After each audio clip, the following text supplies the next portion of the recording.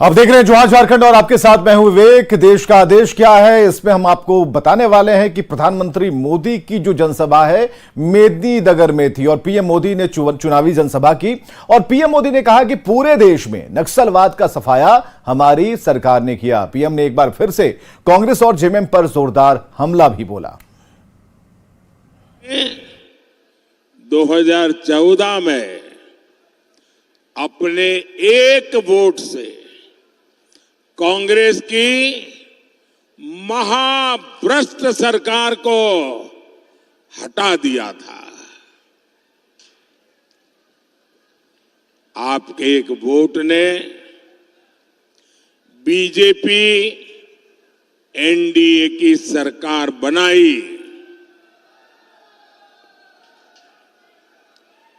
और आपके इस एक वोट की ताकत का परिणाम क्या हुआ? आज भारत का पूरी दुनिया में डंका बज रहा है। जेएमएम कांग्रेस के नेताओं ने भ्रष्टाचार से अपार धन संपदा खड़ी की है। मेरे पास अपनी साइकिल भी नहीं है, न मेरा घर है। साथियों, संपत्ति हो, राजनीति हो, सब कुछ ये अपने अपने बच्चों के लिए अर्जित कर रहे हैं। ये उनके लिए विरासत में ढेर सारी काली कमाई छोड़कर जाएंगे। कांग्रेस ने, उसके सहयोगियों ने पलामू को भी तो अपने हाल पर छोड़ दिया था। दिल्ली में बैठे इनके नेताओं को नक्शा दिखाकर पूछ लीजिए कि पलामू कहां है तो पता ही नहीं होगा। ऐसे ही जिलों में देश के सबसे ज्यादा दलित, आदिवासी, पिछड़े ये मेरे भाई बहन रहते हैं, लेकिन इसकी उन्हें परवाह ही नहीं थी। ऊपर से ऐसे जिलों को पिछड़ा जिला कहकर पलामू को अपमानित किया जाता था। ये तो बैकवर्ड डिस्ट्रिक्ट है, बैकवर्ड डिस्ट्रिक्ट। तो मेदिनीनगर में चुनावी सभा के दौरान पीएम मोदी ने कहा कि पाकिस्तान के नेता चाहते हैं कि राहुल गांधी प्रधानमंत्री बने, लेकिन मजबूत भारत, मजबूत सरकार चाहता है। आज पाकिस्तान के नेता कांग्रेस के शहजादे को पीएम बनाने के लिए दुआ कर रहे हैं, लेकिन मजबूत भारत तो अब मजबूत सरकार ही चाहता है। पीएम की सभा को लेकर बीजेपी कार्यकर्ताओं में खासा उत्साह दिखा और कार्यकर्ताओं से बात की न्यूज 18 संवाददाता नील कमल ने। मेदिनीनगर के हवाई अड्डा मैदान से पीएम मोदी का संबोधन अभी थोड़ी देर पहले समाप्त हुआ। कार्यकर्ताओं में खासा उत्साह नजर आया उनके संबोधन को लेकर के, और कई जो कार्यकर्ता हैं पूरी तरह से उत्साहित नजर आए।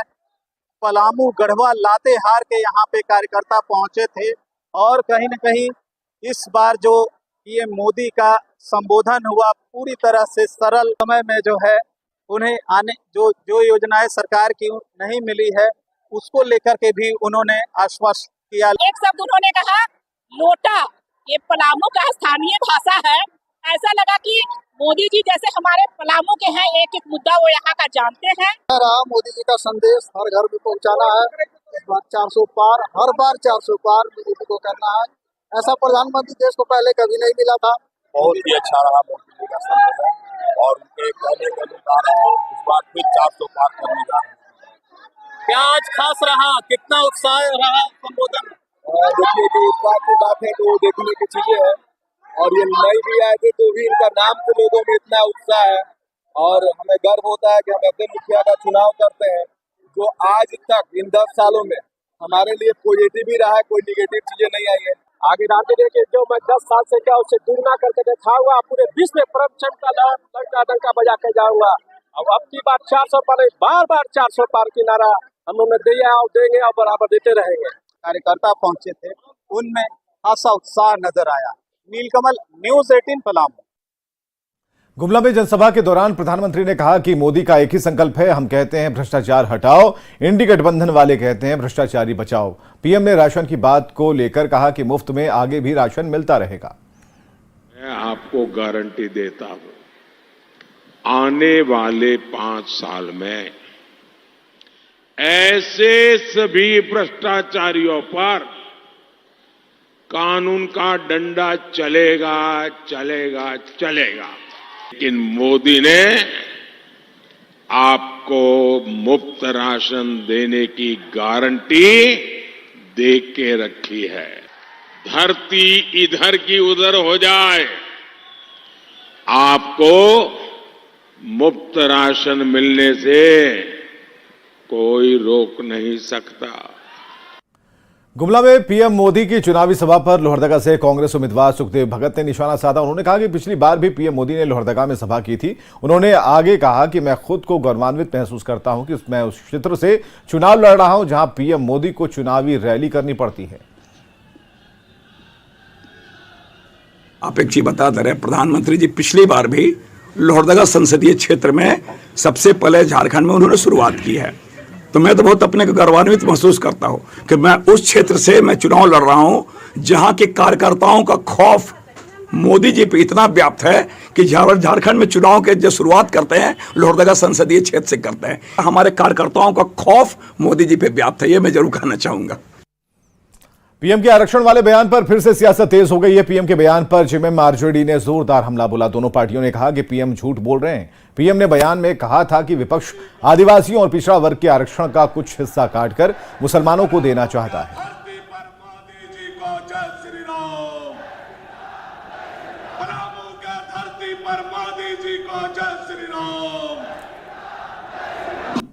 ना ही मणिपुर की चित्कार पर उन्होंने एक शब्द कहा।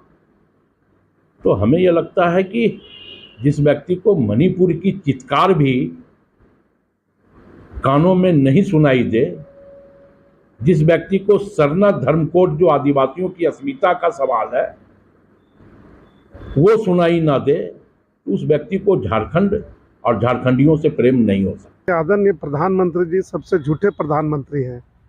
जो वादे उन्होंने किया, आज तक एक वादा भी उन्होंने पूरा नहीं किया।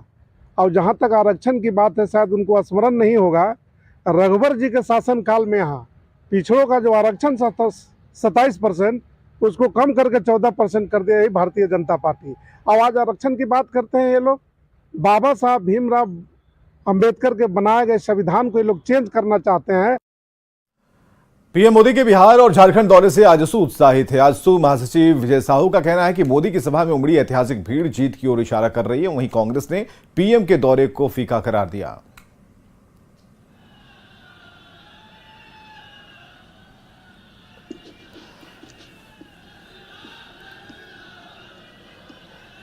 इस तरह से लोकसभा चुनाव को लेकर के देश के यशस्वी प्रधानमंत्री आदरणीय मोदी जी का बिहार और झारखंड में जो दौरा हो रहा है और सभाएं हो रही है, लोगों का जो ऐतिहासिक भीड़ जुट रहा है, लोगों का जो भाव ये दिखने लगा है कि पूरा लोकसभा चुनाव का माहौल पूरे बिहार और झारखंड में बन गया है। कल आप देखेंगे कि चाईबासा में जो ऐतिहासिक भीड़ था और ऐतिहासिक भीड़ से जो आवाज आ रही थी, वो भावना लोगों का पता चलता है कि देश में फिर से पुनः एक बार मोदी जी को चुनना है। और जो नारा यशस्वी प्रधानमंत्री मोदी जी ने दिया है कि अब की बार 400 पार, हमको लगता है कि उस रिकॉर्ड को भी एनडीए इस बार तोड़ने का काम कर। और यहां रुकेंगे ब्रेक के लिए।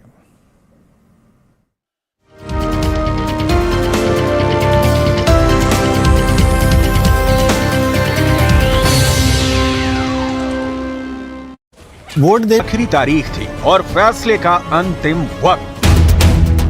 राहुल गांधी अमेठी से मैदान में क्यों नहीं उतरे? अब की बार रायबरेली क्यों चुने?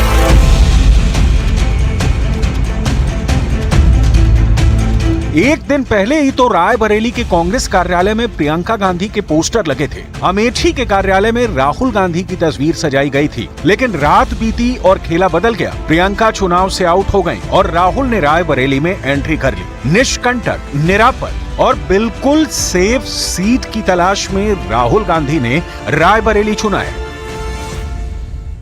अमेठी से गांधी परिवार का ना लड़ना इस बात का संकेत है कि कांग्रेस पार्टी चुनाव में एक वोट पड़ने से पहले ही अमेठी से अपना हार स्वीकार कर चुकी है।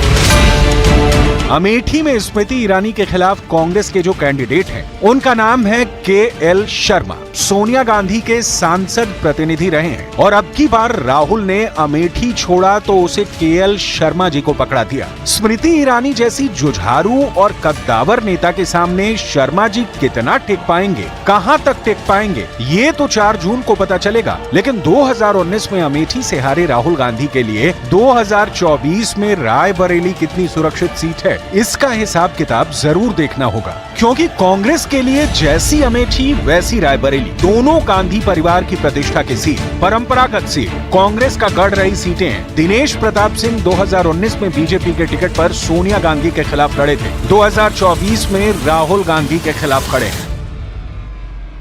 गांधी अमेठी को छोड़े हैं, अमेठी को धोखा दिया है। वायनाड और रायबरेली में से किसी को धोखा देने जा रहे हैं, तो जिसकी नियत ही धोखे की है, जिसकी फाउंडेशन ही धोखे पे डाली जा रही है, मैं नहीं समझता कि वो कभी सफल होंगे और रायबरेली में कमल खिलेगा। एकदम क्लियर है, कहीं कोई शंका या संदेह की गुंजाइश नहीं है। हार का डर राहुल गांधी को 2019 में अमेठी से वायनाड तक ले गया और 2024 में हार के डर ने राहुल को रायबरेली पहुंचा दिया। उनके सारे चेले चपाटे कह रहे थे अमेठी आएंगे, अमेठी आएंगे, लेकिन अमेठी से भी इतना डर गए, इतने डर गए, वहां से भागकर अब रायबरेली में खोज रहे हैं रास्ता। ये लोग गुम कर सबको कहते हैं डरो मत।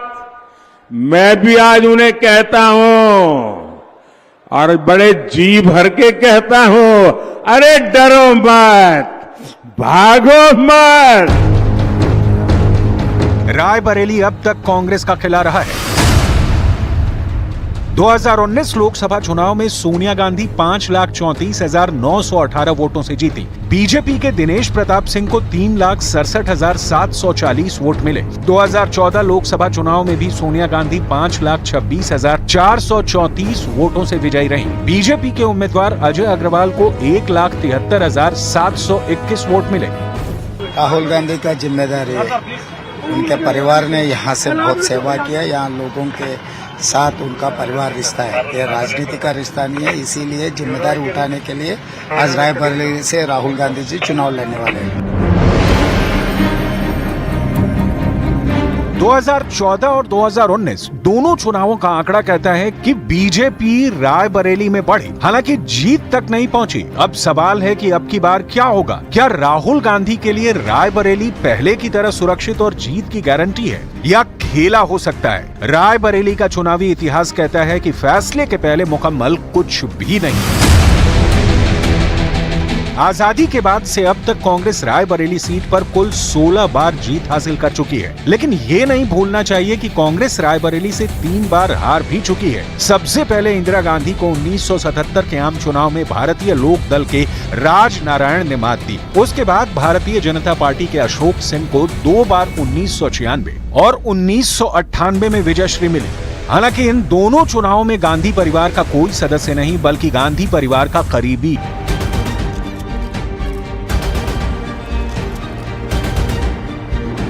जीतू जायसवाल जी आज चुनाव से पहले एक बार भी शिवहर आने का काम किए हैं। शिवहर आज पूरे बिहार में पिछड़ा क्यों है? अच्छा रोजगार दिए हैं, घर घर शराब मिलता है, सरेहा तक में बिजली है और हर जगह ट्रांसफार्मर है। लालू की सरकार में सब गायब हो गए।